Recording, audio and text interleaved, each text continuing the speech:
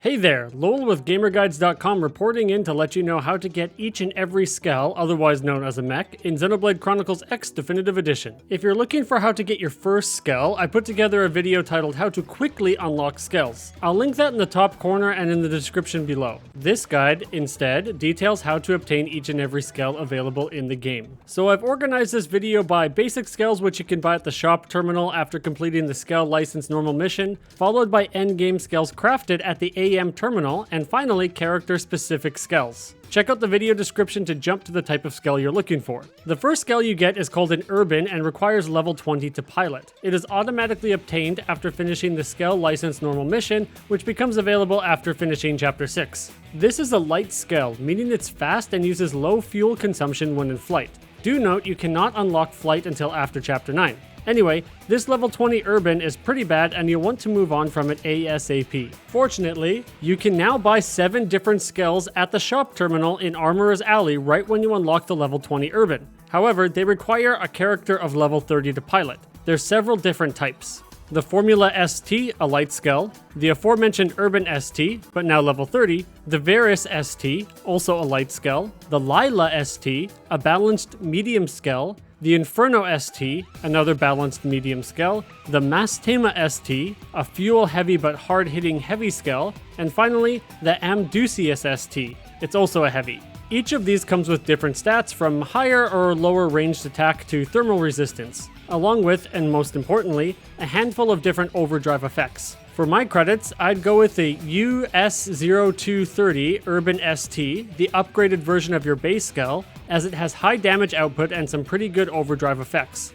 It'll treat you well through to the end of the base game. Each of these Skells also has a level 50 variant obtained after leveling the Sakuraba Industries arms manufacturer to level 5, which is the max level, over at the AM terminal. Of course, you won't be able to ride in one until you hit level 50 yourself and fork over millions of credits. They have boosted stats naturally and come with the same overdrive effects. You can tell them apart by the serial number before the Skell name and the exorbitant price tag.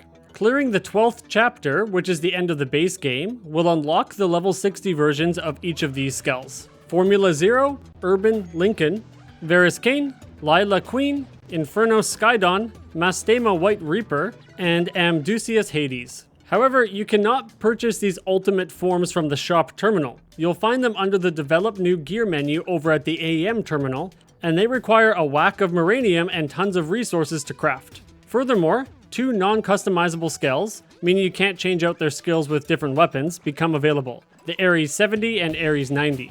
These are both incredibly powerful Skells that will help you trivialize the endgame if you do manage to develop one. However, you'll need to carefully manage your Moranium storage on the Frontier nav as they require a staggering amount of Moranium each. 50,000 and 100,000 respectively. You can hop into the material market under the online menu to spend your reward tickets on the items required to craft any of these Skells if you so choose. You have to participate in the online functions and even some global Nemesis events to collect enough tickets to farm the Ares 90, which you probably shouldn't bother with until you clear Chapter 13, in my opinion. Finally, there are 4 character-specific Skells in Xenoblade Chronicles X Definitive Edition. Let's start with the newest. An affinity mission titled New Skell on the Block pops up after Chapter 6 and requires level 24.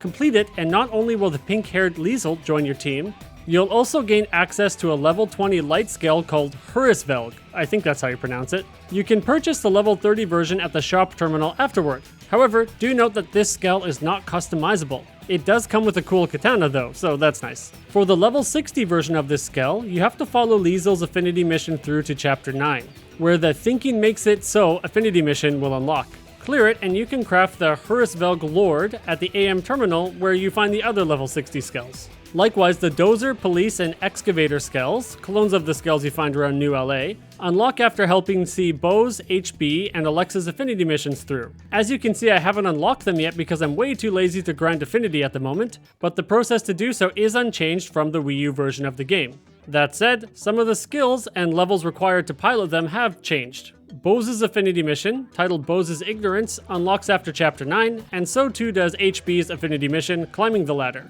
Dozer and Police are level 30 Skells. Alexa's mission, on the other hand, won't appear until after Chapter 11. It's titled Rapid Misfire.